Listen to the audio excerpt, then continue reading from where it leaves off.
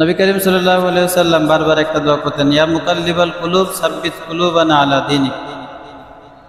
হে অন্তর সময়ের পরিবর্তনকারী আল্লাহ, তুমি আমার অন্তরকে দ্বীনের উপর অটল রাখো।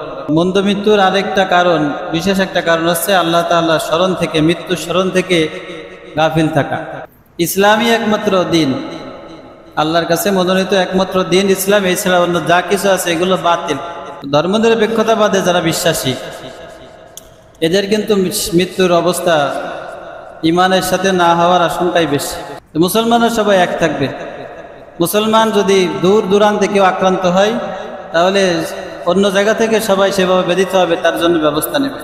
এই নব্য জাহিলিয়াতে এই প্রশ্ন অনেকেই করতেছে যে আমি প্রথম বাঙালি না আমি প্রথম মুসলিম। আসসালামু আলাইকুম ওয়া রাহমাতুল্লাহি ওয়া বারাকাতুহু। ইন্নাল হামদুলিল্লাহ নাহমাদুহু ওয়া নাস্তাঈনুহু ওয়া নাস্তাগফিরুহু ওয়া নাউযু বিল্লাহি মিন শুরুরি আনফুসিনা মান ইয়াহদিহিল্লাহু ফালা মুদিল্লা লাহু ওয়া মান ইউদ্লিলহু ফালা হাদিয়া লাহু ওয়া নাশহাদু আন লা ইলাহা ইল্লাল্লাহু ওয়াহদাহু লা শারীকা লাহু ونشهد أن محمدًا عبده ورسوله أرسله بالحق بشيرا ونذيرا بين يدي الساعة من يطع الله ورسوله فقد رشد واهتدى أما بعد فأعوذ بالله من الشيطان الرجيم بسم الله الرحمن الرحيم يا أيها الناس اتقوا ربكم إن زلزلة الساعة شيء عظيم يوم ترونها تذهل كل مرضعة عما أرضعت وتضع كل ذات حمل حملها وترى الناس سكارى وما هم بسكارى ولكن عذاب الله شديد وقال النبي صلى الله عليه وسلم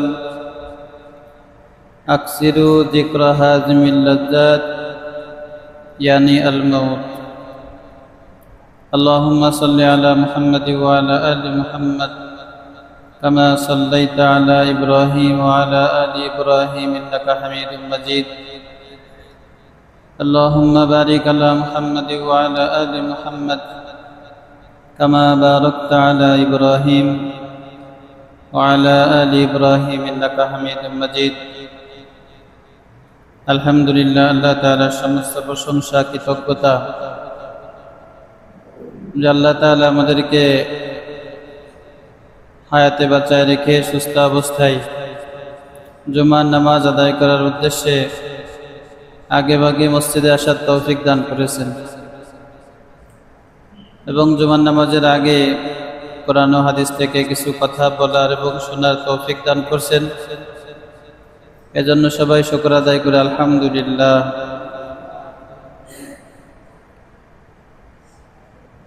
আমরা বলেছিলাম যে ধারাবাহিকভাবে মৃত্যু থেকে শুরু করে নিয়ে আখিরাতের জীবন, এই ব্যাপারে কিছু আলোচনা করা হবে। আখিরাতে যেই সমস্ত অবস্থাগুলো আমাদের উপর আসবেই, ওই অবস্থাগুলোর সম্পর্কে আমাদের যত বেশি জানাশোনা থাকবে, স্পষ্ট থাকবে, আল্লাহর ভয়, আখিরাতের ভয়, শাস্তির ভয়, আল্লাহ তাআলার দেওয়া শাস্তির ভয় যত বেশি আমাদের সামনে উপস্থিত থাকবে, তত বেশি আমরা গুনাহ থেকে বেঁচে থাকতে পারব।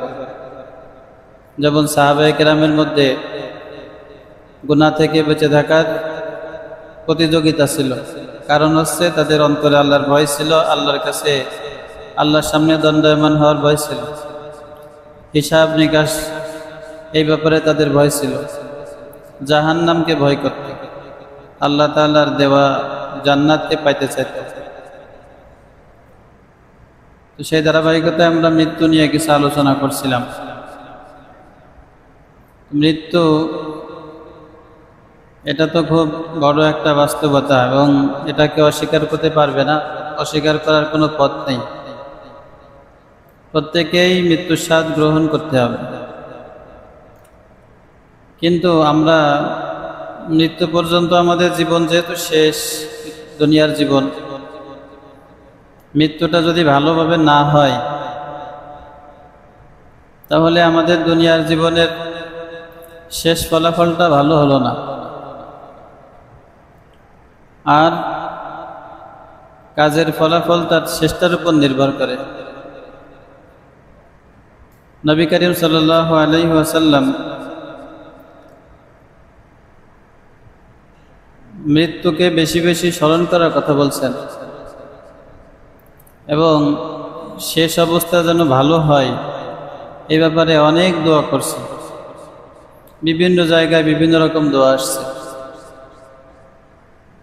নবী করিম সাল্লাল্লাহু আলাইহি ওয়াসাল্লাম নামাজের শেষে তাশাহুদের পরে, দুরূদের পরে পড়ার জন্য, আল্লাহর কাছে পানাহ চাওয়ার জন্য বেশ কয়েকটা জিনিসের উল্লেখ করছেন।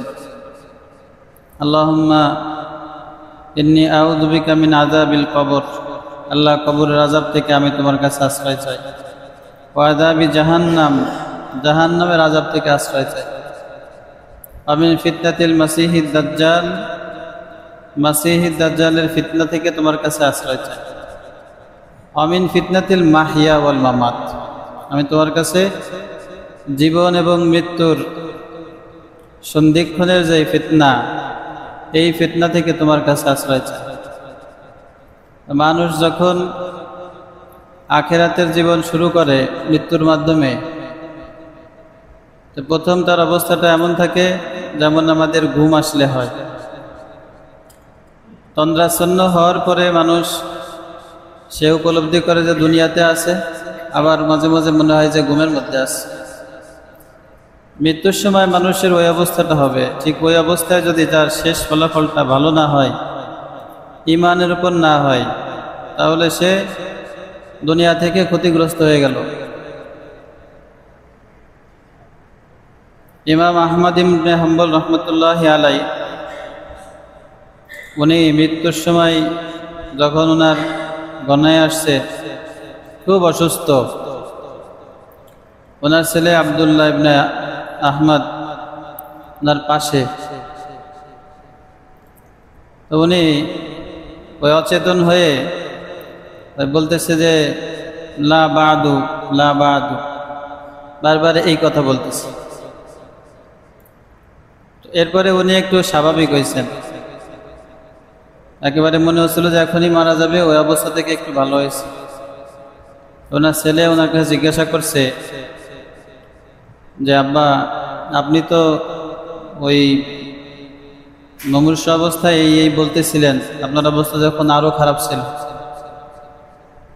ইমাম আহমদ ইবনে হাম্বল রহমতুল্লাহ বলতেছিলেন যে শয়তান আমাকে বলতেছে, আহমদ তুমি আমার হাত থেকে বেঁচে গেলে, কিন্তু আমি তাকে বলতেছি লা বাদ, আমি তাকে বলতেছি না, এখনো বাঁচি নাই, কারণ মৃত্যু তো শুরু হয় নাই। তো উনি কয়েকবার বলতেছিলেন যে লা বাদু, লা বাদ, এখনো না, এখনো না, এখনো বাকি আছে। আমরা সবাই জানি যে আল্লাহ তাআলা জান্নাত থেকে যখন আদম আলাইহিস সালাম, হাওয়া আলাইহিস সালাম ওনাদেরকে দুনিয়াতে পাঠাইছেন, তো শয়তান সহ পাঠাইছেন। কুল নাহবিতু মিনহা জামিআ, আল্লাহ বলেন যে আমি বললাম যে তোমরা সবাই একসাথে নেমে যাও। তার মধ্যে শয়তান ছিল এবং সে মানুষকে জন্ম থেকে নিয়ে মৃত্যু পর্যন্ত বিপদগামী করার জন্য তার সর্বোচ্চ চেষ্টা সে করে যাবে। যেই কারণে নবী করিম সাল্লাল্লাহু আলাইহি ওয়াসাল্লাম শেষ অবস্থাটা ভালো হওয়ার জন্য আল্লাহর কাছে দোয়া করতেন, আল্লাহুম্মা আহসিন আকিবাতানা ফিল উমুরি কুল্লিহা, আল্লাহ আমার সমস্ত কাজের শেষটা যেন ভালো হয়।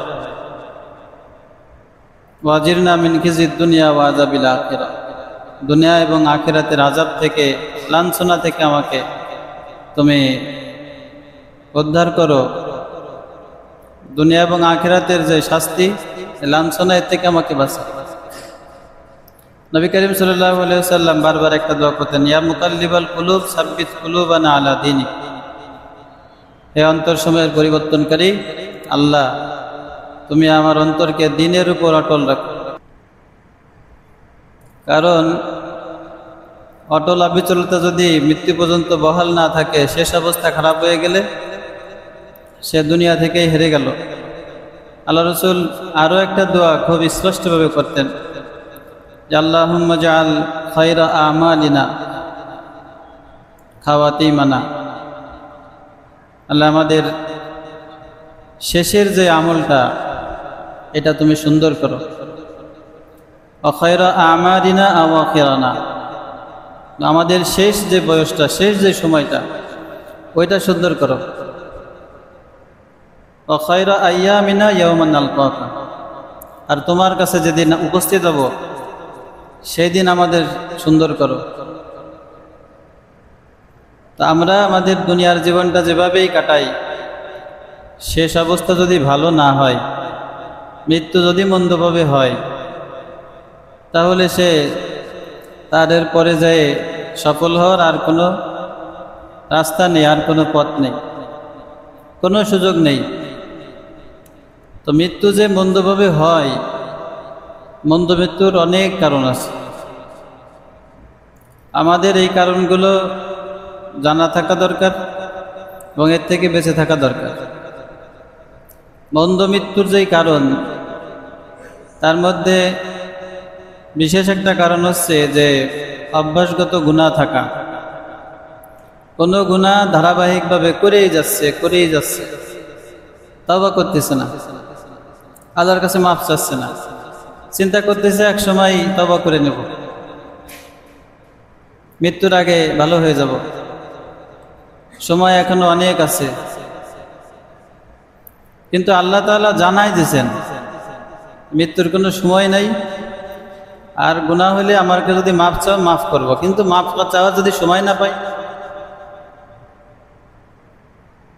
আল্লাহ তাআলা সূরা আলে ইমরানের 135 নম্বর আয়াত, আল্লাহ ইরশাদু আল্লাযীনা ইযা ফাআলু ফাহিশাতান আও যালামু আনফুসাহুম যাকারুল্লাহ ফাস্তাগফিরু লিযুনুবিহিম, যারা কোনো অশ্লীল কাজ অথবা কোনো মন্দ কাজ, কোনো গুনার কাজ করে ফেলে, এরপর তারা আল্লাহকে স্মরণ করে এবং আল্লাহর কাছে মাফ চায়। আমা ইয়াগফিরুয যুনুবা ইল্লাল্লাহ, আল্লাহ ছাড়া গুনাহ মাফকারী আর কে? আল্লাহই তো মাফ করবেন। ওয়ালাম ইউসিররু আলা মা ফাআলু ওয়া হুম ইয়ালামুন, এবং তারা ওই কাজকে বারবার না করে, অভ্যাস করে না ফেলে। ওয়া হুম ইয়ালামুন, আর তারা জানে যে আল্লাহ মাফ করে দিবেন। এই অবস্থা যদি কারো থাকে যে সে গুনাহ করে কিন্তু তওবা করে, আল্লাহর কাছে মাফ চায়, আল্লাহ তাকে মাফ করবেন। কিন্তু যদি আল্লাহ বলছে ওয়ালাম ইউসিররু, তারা গুনার পরে স্থির থাকে না, বারবার করে না, করলেও তওবা করে, তওবা না করে থাকে না। নবী করিম সাল্লাল্লাহু আলাইহি ওয়াসাল্লাম একটা হাদিস যেটা তিরমিজিতে, আবু দাউদে বর্ণিত আছে, নবী করিম সাল্লাল্লাহু আলাইহি ওয়াসাল্লাম ইরশাদ করেন যে মা আসররা মান ইস্তাগফারা, যে ব্যক্তি আল্লাহর কাছে গুনাহ থেকে মাফ চাইলো, সে ইসরার করলো না। আর আয়াতের মধ্যে যেটা ইসরারের কথা বলা হয়েছে, বারবার অভ্যাসগত, যেটা যে ব্যক্তি আল্লাহর কাছে গুনাহ থেকে মাফ চাইলো, মা আসররা মান ইস্তাগফারা, যে আল্লাহর কাছে মাফ চাইলো, সে ওই ইসরার বারবার অভ্যাসগত গুনাহ তার থাকবে না, আল্লাহ মাফ করবেন। ওয়াইন আদা ফিল ইয়াউমি ৭০ মাররা, যদিও সে দিনের মধ্যে ৭০ বার বা যতবারই করুক, সে যদি আল্লাহর কাছে মাফ চায়, মাফ চাইতে থাকে, তওবা করতে থাকে, তাহলে অভ্যাসে রূপ নেবে না। কারণ কি? তার মধ্যে গুনার উপর আফসোস, অনুতাপ, এইগুলো তার মধ্যে সৃষ্টি হয়, যে কারণে সে খুব দ্রুত কোনোভাবে গুনাহ হয়ে গেলেও আবার সে গুনাহ থেকে ফেরত আসতেছে। তার শেষ অবস্থা ভালো হওয়ার সম্ভাবনা খুব প্রবল। কিন্তু যে আল্লাহর কাছে মাফ চাচ্ছে না, একটা গুনাহ করেই যাচ্ছে, তার অবস্থা ভয়াবহ। তো মন্দ মৃত্যুর আরেকটা কারণ, বিশেষ একটা কারণ হচ্ছে আল্লাহ তাআলার স্মরণ থেকে, মৃত্যুর স্মরণ থেকে গাফিল থাকা। একজন মানুষ দুনিয়াতে সে যত সম্পদশালী হোক, যত নিয়ামত প্রাপ্ত হোক, সে যদি জানে যে আর 1 মাস তার সময় আছে, ক্যান্সার হয়েছে বা কোনো মরণ ব্যাধি, ওই সময়টা সে কি করবে? মাত্র 1 মাস সময় আসে, সে যদি জানে, ওই সময় সে কি করে? নিজের আমলগুলো শুধরানোর চেষ্টা করে, মানুষের কাছে মাপ চায়, আল্লাহর কাছে কান্নাকাটি করে। কারণ সে জানতেছে যে মৃত্যু হয়ে যাবে। 1 মাস যদিও বলেছে, 1 মাস সময় কম না। আমরা তো 1 মাসের সময় আমাদের নাই, কেউ বলতে পারবে না কত সময় আছে তার। এজন্য নবী করিম সাল্লাল্লাহু আলাইহি ওয়াসাল্লাম ইরশাদ করেছেন যে আকসিরু যিকরা হাযিমিল লাজ্জাত, সমস্ত স্বাদ বিনষ্টকারী, সমস্ত আনন্দকে নস্যাৎকারী বিষয়টাকে তোমরা স্মরণ রাখো। ইয়ানি আল মাউত, অর্থাৎ তিনি উদ্দেশ্য নিয়েছেন মৃত্যুকে। মৃত্যুর স্মরণ করো, যার মধ্যে মৃত্যুর স্মরণ যত বেশি, নিজেকে সংশোধিত করে নেওয়ার যেই মানসিকতা, তার নিজের থেকে বেশি আরো তৈরি হবে। কিন্তু যদি মৃত্যুকেই ভুলে যায়, আল্লাহকে ভুলে রাখে, আখেরাত ভুলে থাকে, তাহলে সে তো যা করতেছে তা করতেই থাকবে। আল্লাহ তাআলা ইরশাদ করছেন, কেউ যদি এইভাবে আল্লাহ স্মরণ থেকে বিমুখ থাকে, তো হাসরের দিন আল্লাহ তাকে অন্ধ করে উঠাবে। ওয়ামান আরাদা আন যিকরি ফাইন্না লাহু মাঈশাতান দানকা ওয়া নাহশুরুহু ইয়াওমাল কিয়ামাতি আমা। যে আমার স্মরণ থেকে বিমুখ থাকে, ওয়ামান আরাদা আন যিকরি, আমার কোরআন থেকে, আমার স্মরণ থেকে, আখিরাতের অবস্থাগুলো থেকে যে বিমুখ, ফাইন্না লাহু মাঈশাতান দানকা, আমি তার জন্য রাখছি সংকীর্ণ এক জীবন। মুফাসসিরিনে কিরাম সংকীর্ণ জীবন দ্বারা মাঈশাতান দানকা দ্বারা বলেছেন কবরের জীবন তার সংকীর্ণ হবে। ওয়া নাহশুরুহু ইয়াওমাল কিয়ামাতি আমা, কিয়ামতের দিন আমি তাকে অন্ধ করে উঠাবো। সে বলবে ক্বালা রাব্বি লিমা হাশারতানি আমা ওয়া ক্বাদ কুনতু বাসীরা। আল্লাহর কাছে বলবে, আল্লাহ আমি তো চক্ষুষ্মান ছিলাম, দুনিয়াতে আমার চোখ ছিল, কিন্তু আজকে তুমি অন্ধ করে উঠাইলে। কিন্তু আল্লাহ বলবেন যে তুমি তো আমার স্মরণ থেকে বিমুখ ছিলে, এই জন্য আমি তোমাকে অন্ধ করে উঠাইছি, আজকে আমি তোমাকেও ভুলে থাকবো, তোমার থেকে আজকে বিমুখ থাকবো। তো মন্দ মৃত্যু বা মৃত্যু অবস্থা, শেষ অবস্থা খারাপ হওয়ার অন্য আর একটা বিশেষ কারণ হচ্ছে যে আল্লাহ তাআলার স্মরণ থেকে, আখিরাতের স্মরণ থেকে, মৃত্যুর স্মরণ থেকে গাফিল থাকে। আরেকটা বিশেষ কারণ আছে, এবং এইটা সবচেয়ে বেশি হয়, সেটা হচ্ছে আকীদা, বিশ্বাসে কোনো সমস্যা থাকে। আল্লাহ তাআলা কোরআন কারীমের মধ্যে যা যা বলছেন, ওইটা ওইভাবে বিশ্বাস করা, এটাকে বলে আকীদা। যেমন আল্লাহ তাআলা জান্নাতের কথা বলছেন, তো জান্নাত সত্য, এই ব্যাপারে আকীদা রাখা জান্নাত আছে। জাহান্নামের কথা বলছেন, যেভাবে বলছেন সেভাবে বিশ্বাস রাখা। আল্লাহ তাআলা হিসাব কিতাবের কথা বলছেন, কিয়ামতের দিন মানুষের আমল পরিমাপ করা হবে, মিজান এটা দিয়ে মাপা হবে। মৃত্যুর পরে হাসরের দিন, পুনরুত্থানের আগ পর্যন্ত যে বারজাখী জীবন, কবরের জীবন, এখানে আমাদের হয়তো শান্তি অথবা শাস্তি আছে, এইগুলোতে যে বিশ্বাস, এগুলো আকীদা। অনুরূপভাবে দুনিয়াতে আল্লাহ তাআলা যে সমস্ত বিধিবিধান দিয়েছেন, হালাল করছেন, হারাম করছেন, এইগুলোকে ওই রকমভাবেই মানা, ওই রকমভাবেই জানা, এটা আকীদা, বিশ্বাস। এই আকীদা বিশ্বাস আল্লাহ তাআলা কোরআনে যা বলছেন, যেভাবে বলছেন, ওর ভিন্ন কোনো কিছু যদি অন্তরে সে লালন করে, বেঁচে থাকাকালীন সে তার পিছনে দৌড়ায়, তার পিছনে সময় দেয়, যেটা কোরআনের বিপরীত, আল্লাহ যা বলছেন তার বিপরীত, তার শেষ অবস্থা ভালো হবে না। হয়তো সে উপরে পরে কিছু ইবাদত বন্দেগী, কিছু আমল, ভালো আমল করতে পারে, আকীদায় যদি সমস্যা থাকে তো মৃত্যু তার খারাপ হতে বাধ্য। তো আকীদা যেমন আমাদের দ্বীনের ব্যাপারে আল্লাহ তাআলার ইরশাদ যে আল ইয়াউমা আকমালতু লাকুম দীনাকুম, আজকে আমি তোমাদের জন্য তোমাদের দ্বীনকে পরিপূর্ণ করেছি। ইসলাম পরিপূর্ণ দ্বীন, পরিপূর্ণ জীবন ব্যবস্থা।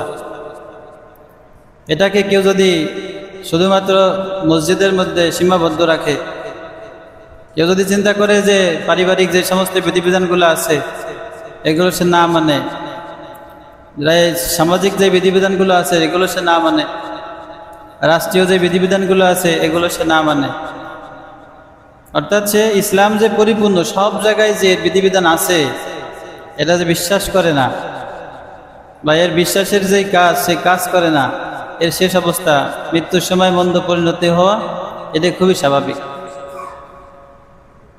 অনেকে তো মনে করে ইসলাম ছাড়া অন্যান্য যেই ধর্মগুলো আছে এইগুলো দিয়ে তারা মুক্তি পেতে পারে, এরকম বিশ্বাস অনেকের আছে। না, আল্লাহর কাছে একমাত্র দিন হচ্ছে ইসলাম। ইন্না দীনা ইনদাল্লাহিল ইসলাম, ইসলামই আল্লাহর কাছে একমাত্র দিন, সত্য দিন। ওয়ামান ইয়াবতাগি গায়রাল ইসলামি দীনা ফালা ইউকবাল মিনহু ওয়া হুয়া ফিল আখিরাতি মিনাল খাসিরিন। ইসলাম ছাড়া অন্য ধর্ম, অন্য জীবন ব্যবস্থা যে গ্রহণ করবে এটা আল্লাহ তার থেকে কবুল করবেন না, আখিরাতে সে ক্ষতিগ্রস্ত হবে। তো ইসলাম ছাড়া দুনিয়াতে আর যা কিছু আছে এটা দিয়ে আখিরাতে মুক্তি পাওয়া যাবে না, এটা আমাদের বিশ্বাস। কারণ কেউ যদি মনে করে যে আমরাও যেমন হিন্দুরাও তেমন যার যার জায়গা থেকে সে মুক্তি পেতে পারে, তার কিন্তু ইমানের উপর মৃত্যু হবে না। কারণ সে ইসলামী যে বিশ্বাস এই বিশ্বাসে সে বিশ্বাসী না। এরপরে কিছু মানুষের আছে যে ইসলামের কিছু বিধিবিধান সে মানতে তার কষ্ট হয়, এরকম কিছু বিধিবিধান আছে যেগুলো বর্তমানে অনেকেরই ওই বিধিবিধানগুলো মানতে তার কষ্ট হয়, খুব কষ্ট। এখন এই কষ্টের কারণে যেহেতু সে আল্লাহর বিধানকে অপছন্দ করে, এই কারণে শেষ অবস্থাটা তার যে ইমানের উপর হবে না এটা মোটামুটি বোঝা যায়। যেমন ইসলামের যে হুদুদ কিসাসগুলো আছে, চুরি করলে চোরের শাস্তি দেওয়া, হাত কাটা, যে যাকে হত্যা করবে তাকে আপনার দণ্ড হিসেবে তাকে হত্যা করা, এরপরে আপনার পর্দার বিধানগুলো, সুদ আল্লাহ যে হারাম করছেন এটা মানতে না চাওয়া, কষ্ট হওয়া, মানে না, প্রকাশ করে না, কিন্তু ভিতরে ভিতরে এই বিষয়গুলো সে মানতে চায় না।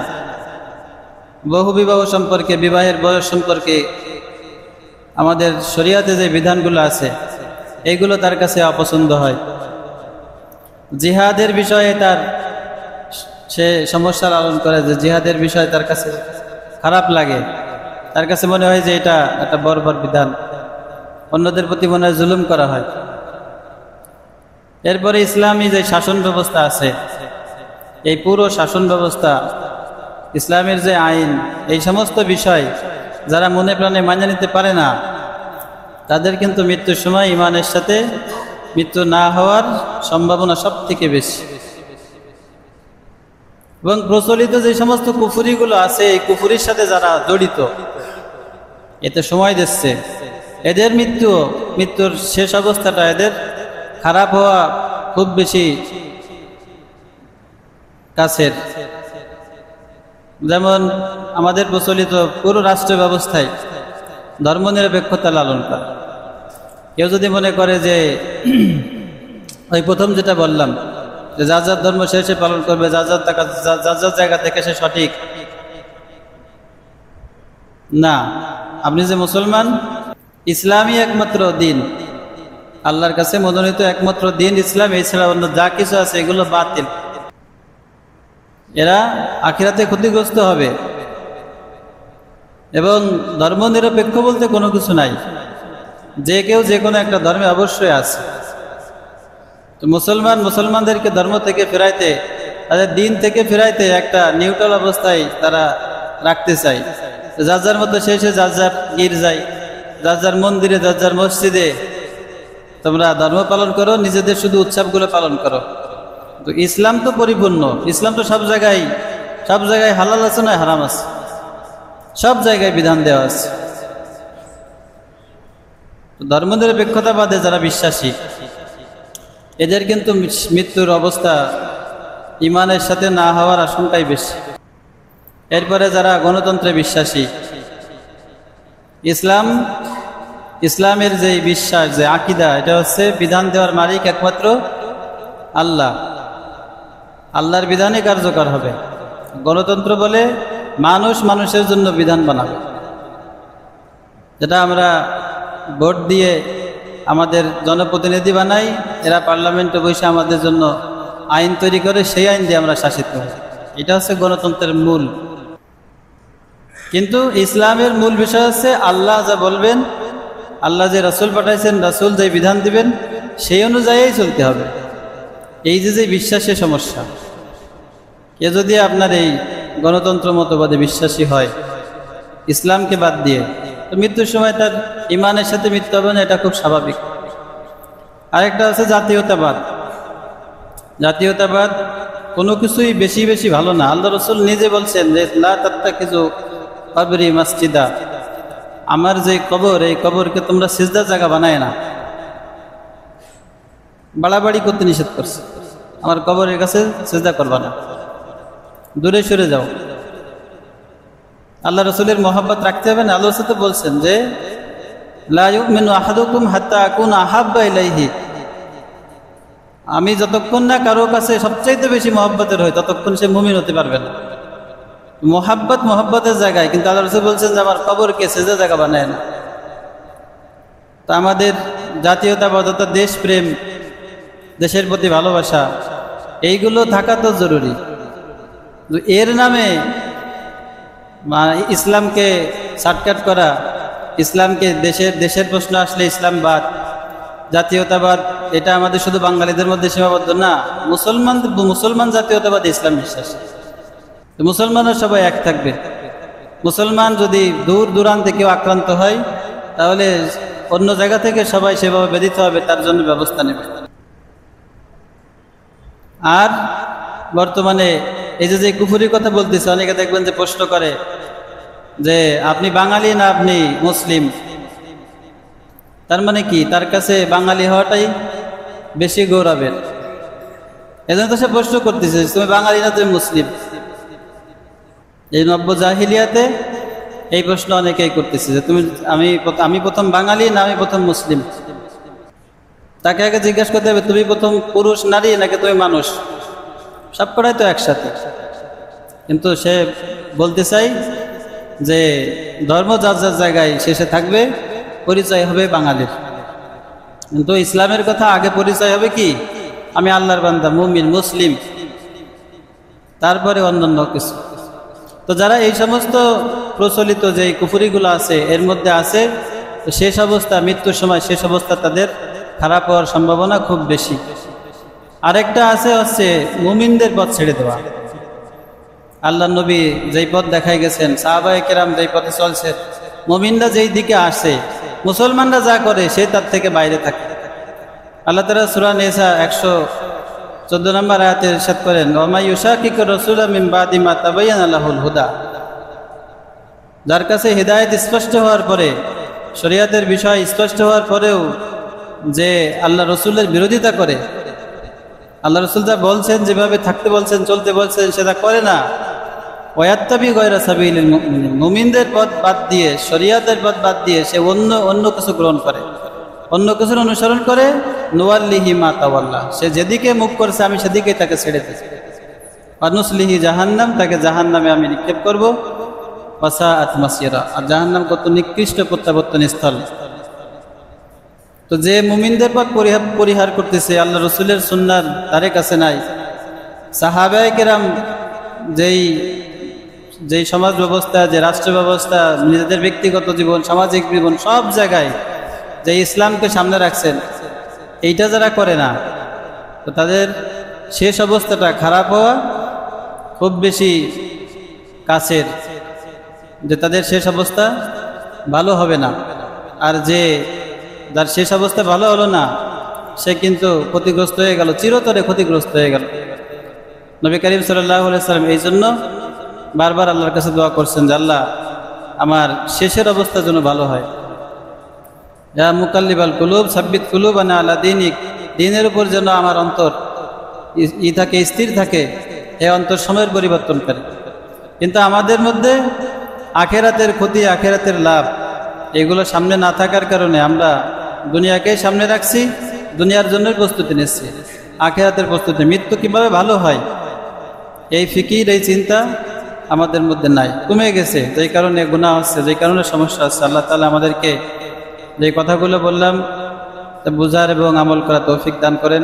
ওয়া আখিরু দাওয়ানা আলহামদুলিল্লাহি রাব্বিল আলামিন।